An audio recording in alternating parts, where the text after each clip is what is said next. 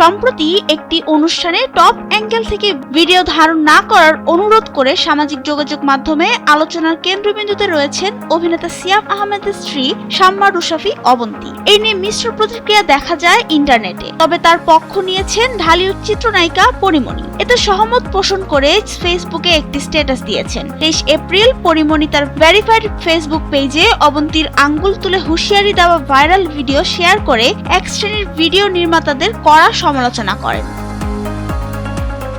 পেশাদারিত্বের আড়ালে ব্যক্তিগত গোপনীয়তা ক্ষুণ্ণ করা কি কেবলই কন্টেন্টের খাতিরে, নাকি এখানে লুকিয়ে আছে মানসিক বিকৃতি? এমন প্রশ্ন সমাজে ছুড়ে দেন পরীমণি। যদিও অবন্তীর পক্ষে কড়া হুঁশিয়ারি সেই ফেসবুক পোস্টটি পরীমণি ইতিমধ্যে তার পেজ থেকে ডিলিট করে দিয়েছেন। ঘটনার সূত্রপাত একটি অনুষ্ঠানে অবন্তী উপস্থিত সংবাদকর্মী ও কন্টেন্ট ক্রিয়েটরদের অনুরোধ করে জানান যেন তাকে ওপরের দিক থেকে ভিডিও করা না হয়। প্রথমে বিনীতভাবে বললেও এক পর্যায়ে তা মানা না হলে অবন্তী আঙ্গুল তুলে তাদের স্পষ্ট করে দেন অনুরোধ অমান্য করলে তিনি প্রয়োজনীয় ব্যবস্থা নিতে পারেন। সেই মুহূর্তের ভিডিও দ্রুতই ছড়িয়ে পড়ে বিভিন্ন সামাজিক যোগাযোগ মাধ্যমে। এতে ভাইরাল ভিডিওর মন্তব্যের ঘরে নেটিজেনদের নানা রকম প্রতিক্রিয়া শুরু হলে ফেসবুক পোস্টে অবন্তীর পক্ষে কড়া হুঁশিয়ারি দেন